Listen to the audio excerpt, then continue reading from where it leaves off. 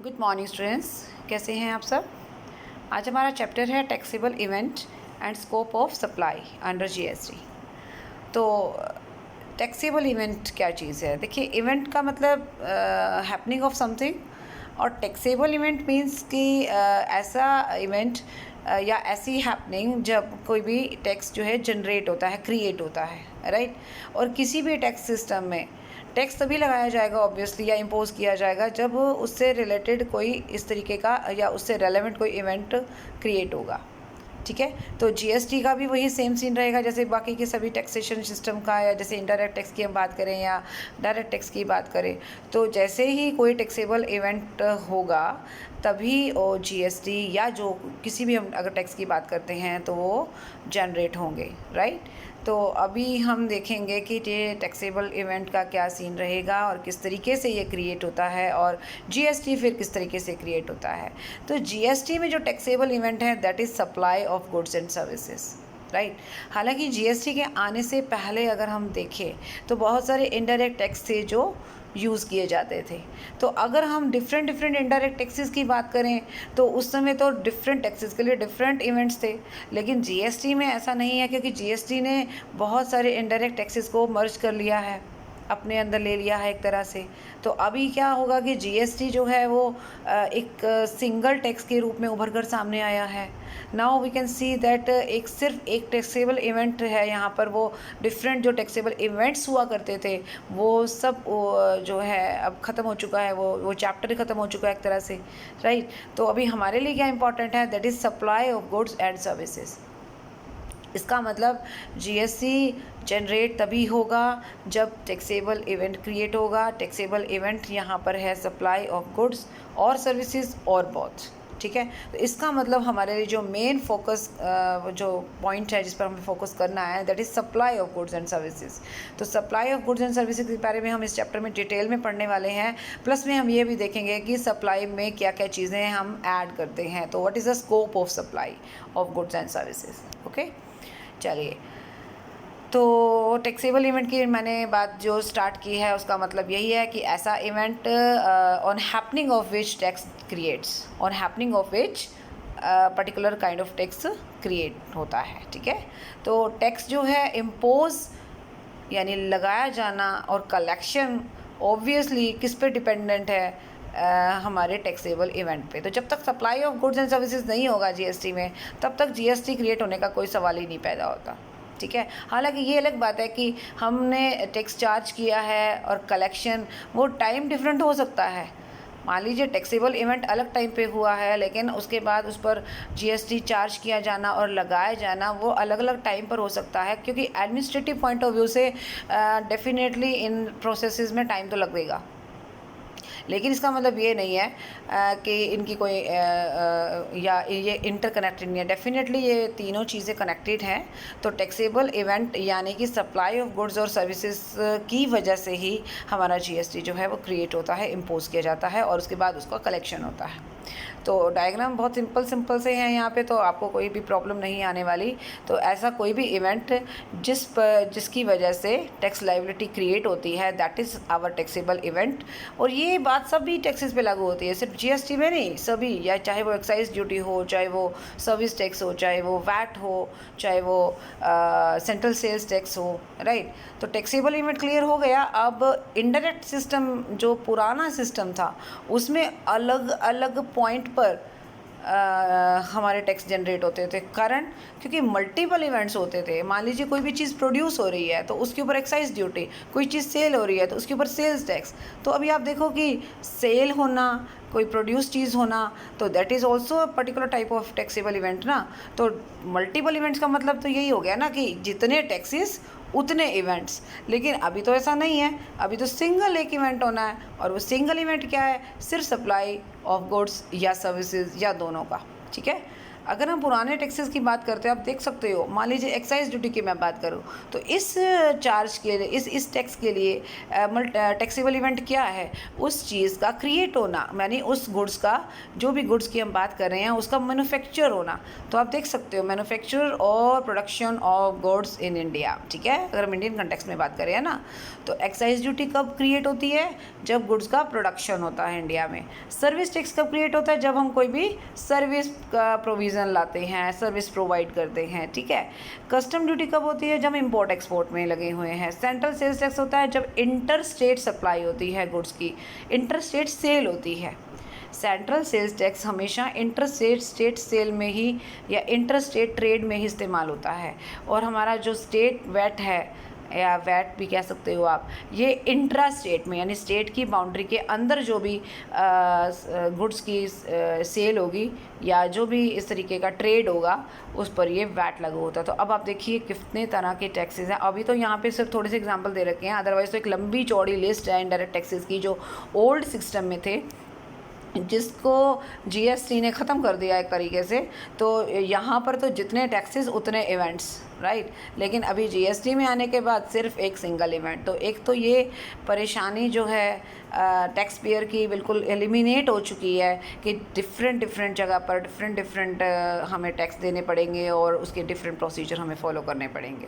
तो taxable event under GST का मतलब क्या हुआ कि एक सिंगल आपको देखना है पॉइंट, और वो क्या है कि सप्लाई ऑफ गुड्स और सर्विसेज कहाँ हुई है, यानी कि किस तरीके से हुई है। तो सप्लाई ऑफ गुड्स और सर्विसेज के अकॉर्डिंगली ही हमारा जो जीएसटी चार्ज किया जाएगा। सिर्फ एक ध्यान रखना है इस बात में कि अल्कोहल को हमने इसमें ऐड नहीं करना है, क्योंकि supply of alcohol that is for human consumption, वो इसमें हम ऐड नहीं करते। बाकी हम सारी चीज़ें इसमें ऐड करते हैं। बाकी सभी जो भी अभी हम आगे कैटेगरी बनाएंगे या बताएंगे कि कौन कौन सी तरह की गुड्स हैं या किस किस तरह की सर्विसेज हैं, तो ऑब्वियसली उनकी भी कैटेगरी बनेगी, ठीक है। तो बहुत सिंपल है सप्लाई की इसकी टैक्सेबल इवेंट की definition. Taxable event means happening of something because of which tax creates, और टैक्स कोई कौन सा है जिसकी आप बात कर रहे हो, ऑब्वियसली वही क्रिएट होगा। तो अभी हमें टैक्सेबल इवेंट के लिए देखना होगा कि क्या चीज़ इंपॉर्टेंट है हमारे लिए। सप्लाई ऑफ गुड्स भी इंपॉर्टेंट है, अगर हम सर्विसेज में हैं तो सप्लाई ऑफ सर्विसेज इंपॉर्टेंट है। अगर हम दोनों चीज़ें दे रहे हैं कस्टमर को, दैन बोथ आर इम्पॉर्टेंट, तो supply of goods and services is also important, ठीक है। तो जीएसटी का जो नया सिस्टम है या न्यू जीएसटी जो सिस्टम आया है, उसमें अगर हम एक्साइज ड्यूटी की बात करें तो ये इसने जीएसटी ने एक्साइज ड्यूटी को ख़त्म किया, इसने सर्विस टैक्स को ख़त्म किया जो पहले लगा करते थे। तो there are so many taxes which have been eliminated because of the entry of GST, right. कई तरह के एग्जांपल दे रखे हैं। वैट है जो से जिसमें इंट्रा या वैट है या सीएसटी है जो स्टेट में भी है और इंट्रास्टेट में भी है। तो ये सब चीज़ें जो है अब जीएसटी में आ चुकी हैं। तो ये सब एबॉलिश हो गई हैं और इसका स्थान सिर्फ एक चीज़ ने ले लिया है, क्या? Supply of goods and services, that's all. अब इस सप्लाई का मतलब उतना जो नॉर्मल तरीके से हम सप्लाई की बात करते हैं वो नहीं है, काफ़ी उसमें चीज़ें हम ऐड करेंगे, वो भी आप देखेंगे वन बाय वन कि सप्लाई का मतलब क्या है। यहाँ सिर्फ हमने यही बताना है कि जीएसटी ने बाकी सभी मल्टीपल टैक्सेबल इवेंट्स को रिप्लेस कर दिया है। Supply of goods and services ने पुराने सभी ऑलमोस्ट, नॉट सभी बट ऑलमोस्ट टैक्सेबल इवेंट्स को रिप्लेस कर लिया है और अपनी एक जगह बनाई है, राइट। तो ये आप चेक कर सकते हो कि पुराने सिस्टम में ये सब चीज़ें थी और नए सिस्टम में क्या है, supply of goods, supply of services, supply of goods and services. तो बहुत सिंपल डायग्राम से आप ये समझ सकते हो। अब हम बात करेंगे सप्लाई का मतलब, समझेंगे क्लियरली कि सप्लाई क्या चीज़ है। तो प्रेजेंट जीएसटी सिस्टम जिसमें मल्टीपल टैक्सेस आ चुके हैं, ठीक है। जैसे पुराने समय में मैन्युफैक्चरिंग करते तो एक्साइज ड्यूटी लेती थी जगह उसकी, अगर कोई सर्विस देते थे तो सर्विस टैक्स होता था, सेल करते थे तो देखते थे सेल कहाँ करनी है, इंटर स्टेट है तो वैट है और अगर इंटर स्टेट है तो सीएसटी है, ठीक है। लेकिन अभी आपको आपकी इस समय जो जीएसटी में टैक्सेबिलिटी है वो कैसे डिसाइड होगी कि आप supply of goods and services कहाँ, कैसे, किस हालात में, कौन से प्रोसीजर के तहत कर रहे हैं। तो यहाँ पर आप देख सकते हो सप्लाई का जनरल मीनिंग है और सप्लाई का जीएसटी के अकॉर्डिंगली मीनिंग है। अभी हम आगे ध्यान देंगे कि ये इसको किस तरीके से हम एलेबोरेट करें। तो सप्लाई को हम दो तरीके से बांटते हैं। एक उसका जनरल मीनिंग देखेंगे। अभी नॉर्मली सप्लाई अगर वर्ड आपके सामने आएगा तो आपके माइंड में सिर्फ एक ही बात आएगी कि to provide something, to give something, right. Supply means to give something, to provide something, तो कुछ देना है आपको, दैट इज़ सप्लाई। लेकिन जीएसटी के अकॉर्डिंगली सप्लाई की डेफिनेशन क्या है? हालांकि सीजीएसटी हो या जीएसटी एक्ट है उसमें सप्लाई की डेफिनेशन कहीं नहीं दे रखी, लेकिन फिर भी हमने ऑब्वियसली जब हमारा मेन चीज़ ही टैक्सेबल इवेंट है तो हम इसको तो अवॉइड कर नहीं सकते ना। हालांकि डेफिनेशन नहीं दी है, लेकिन ये बात ज़रूर बोली है कि सप्लाई के अंदर बहुत सारी एक्टिविटीज़ आती हैं, बहुत सारी एक्टिविटीज़ आती हैं, और उन एक्टिविटीज़ को हम सप्लाई मान सकते हैं। तो अभी हमें ये देखना होगा कि वो कौन कौन सी एक्टिविटीज़ हैं, ठीक है। तो इसका मतलब होता है, एक्टिविटीज़ का मतलब यहाँ पर स्कोप से है कि सप्लाई का स्कोप क्या है। स्कोप का मतलब सप्लाई में कौन कौन सी एक्टिविटीज़ आती है, ठीक है। जैसे जनरल मीनिंग का मतलब क्लियर हो गया, सप्लाई एज़ पर जीएसटी, वो भी मैं आपको अभी जो डायग्राम में क्लियर करके आगे हम बढ़े हैं, ठीक है। तो यहाँ पर एक बात ध्यान में रखनी है, जैसे अभी मैंने बोला कि there are lot of activities और लॉट ऑफ एलिमेंट्स जो सप्लाई के अंदर आते हैं, पर ज़रूरी नहीं है कि सारे के सारे एलिमेंट्स उसमें होने चाहिए, ये ज़रूरी नहीं है। ये भी तो हो सकता है कि आपको जो है कोई एक इवेंट ना भी हो, कोई एक एलिमेंट उसमें कम हो, ज़्यादा हो, तो ये ज़रूरी नहीं है कि जितने एलिमेंट आपको बताए जाएंगे कि सब के सब एक ही सप्लाई में आने चाहिए, ऐसा नहीं है। अगर कुछ एलिमेंट नहीं भी है तो भी उस सप्लाई को सप्लाई हम कह सकते हैं, ठीक है। This is the diagram before you. ये आप सेंटर में देखो, एलिमेंट्स ऑफ सप्लाई। अब हम जीएसटी के अकॉर्डिंगली देखेंगे कि सप्लाई का मतलब क्या है। तो आप देख सकते हो, सप्लाई का मतलब ये है कि जो टैक्सेबल पर्सन करता है, जो ऐसी गुड्स या सर्विसेज देता है जो टैक्सेबल हैं, और जो कंसीडरेशन के बदले में होती है। हालांकि इस पर भी एक पूरा पॉइंट हम करेंगे डिस्कस, कंसीडरेशन पे भी।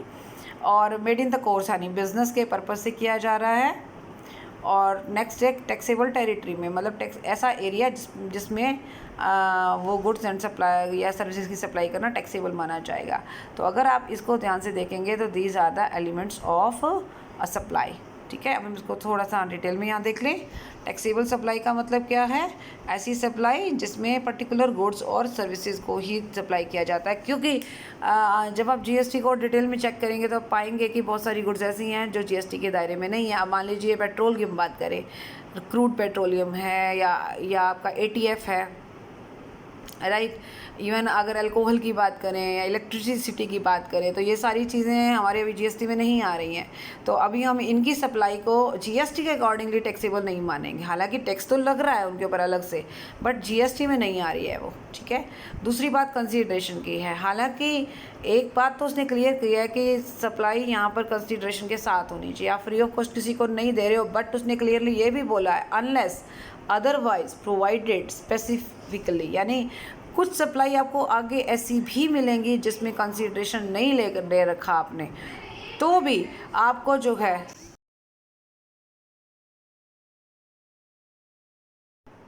तो आपको क्या करना है, ज़रूरी नहीं है कि सारी की सारी गुड्स और सर्विसेज की जो सप्लाई आप कर रहे हो वो विद कंसीडरेशन कर रहे हो। विदाउट कंसीडरेशन भी हो सकता है, बट उसको पहले से मेंशन करना होगा। और आप देखोगे जीएसटी में इस बात को क्लियरली अलग से बता भी रखा है, और इस पर हम बाद में डिस्कस करेंगे। मेड इन द कोर्स और फर्दरेंस ऑफ बिजनेस, तो डेफिनेटली जो भी आप सप्लाई कर रहे हो बिज़नेस के पर्पज़ के लिए या बिज़नेस को आगे बढ़ाने के लिए कर रहे हो। टैक्सेबल टेरिटरी, एरिया ऐसा होना चाहिए जिसमें जीएसटी लॉ के अकॉर्डिंगली टैक्स लगता हो, right. And last one is taxable person, तो जो भी पर्सन सप्लाई कर रहा है वो जीएसटी के अकॉर्डिंगली टैक्सेबल होना चाहिए। अगर हम जनरल तरीके से देखें तो बड़ा सिंपल है इसको डिफ़ाइन करना। आप देख सकते हो मेरे ख्याल से 5 इनमें एलिमेंट्स आ गए हैं, ठीक है। तो अभी आपने क्या क्या देखा एक बार फिर चेक कर लेते हैं। हम क्या बात कर रहे थे, टैक्सेबल इवेंट की। तो सबसे पहले हम ये चेक करेंगे कि टैक्सेबल इवेंट का मतलब क्या है। ऐसे इवेंट जिसके होने से जीएसटी जनरेट होता है। वैसे जीएसटी नहीं, कोई भी टैक्स जनरेट होता है, इम्पोज होता है, फिर उसके बाद हम कलेक्ट करते हैं। तो टैक्सेबल इवेंट के डेफिनेशन में हमने देखा पुराना जो इनडायरेक्ट सिस्टम था उसमें जितने टैक्स थे अलग अलग टाइप के, तो सबका टैक्सेबल इवेंट अलग अलग था। जैसे मैन्युफैक्चरिंग के लिए एक्साइज ड्यूटी, राइट, तो मैन्युफैक्चरिंग क्या है, टैक्सेबल इवेंट है। किसके लिए, एक्साइज ड्यूटी के लिए। सेल टैक्स किसके लिए है, जब सेल होगी, कहाँ पर डिपेंड करेगा। अगर सेंट्रल सेल्स टैक्स है तो सिर्फ एक स्टेट से दूसरी स्टेट में सेल होनी चाहिए, और अगर एक ही स्टेट के अंदर की सेल है तो फिर वैट लागू होगा। तो अभी ये जो सारे हैं ये इन टैक्सेस के लिए इवेंट्स हैं, लेकिन जीएसटी ने ये टेंशन आपकी ख़त्म कर दी है। उनके हिसाब से सिर्फ एक ही इवेंट रहना चाहिए और वो है सप्लाई ऑफ गुड्स और सर्विसेज और बोथ, ठीक है। तो इसने सारी पुरानी चीज़ों को एलिमिनेट करके अपनी जगह बनाई है हमारे कमर्शियल एरिया में। तो supply of goods, supply of services and supply of goods and services, these are the taxable events in case of GST, ठीक है। और सप्लाई की डेफिनेशन की मैं बात करूँ तो there are two types of definition. Simple definition में तो जो to give something to another person, और the supply as per GST law is के वैसे डेफिनेशन नहीं है, लेकिन हम कह सकते हैं कि there are some specific activities to be included in supply. Supply को सप्लाई कहने के लिए उसमें कुछ एक्टिविटीज़ का होना अनिवार्य है। सारी एक्टिविटीज़, बहुत सारी एक्टिविटीज़ बताएंगे, लेकिन ज़रूरी नहीं है कि सारी की सारी एक ही सप्लाई में आए। कुछ एलिमेंट्स आपको बताए जाएंगे। अब आप देख रहे हो ना, यहाँ पे 4-5 एलिमेंट है, बट ज़रूरी नहीं है किसी सप्लाई में हो सकता है कंसिडरेशन गायब हो। इसका मतलब ये है कि क्या ये सप्लाई नहीं है, नहीं, बिल्कुल नहीं, तब भी ये सप्लाई माना जाएगा। हाँ, वो सर्कमस्टांसेस हम ज़रूर चेक करेंगे कि ऐसा कब हो सकता है कि कंसीडरेशन नहीं होगा तो भी सप्लाई माना जाएगा, राइट। तो ये सारी चीज़ें भी हम अच्छा, ये भी हो सकता है कि क्या पता हम बिज़नेस के पर्पज़ से सप्लाई कर रहे हैं या कैसे कर रहे हैं। तो कुछ चीज़ें हम आगे डिटेल में डिस्कस करने वाले हैं। तो अभी इस वीडियो में इतना ही। नेक्स्ट हम स्कोप की बात करेंगे और डिस्कस करेंगे। तब तक के लिए bye bye and take care.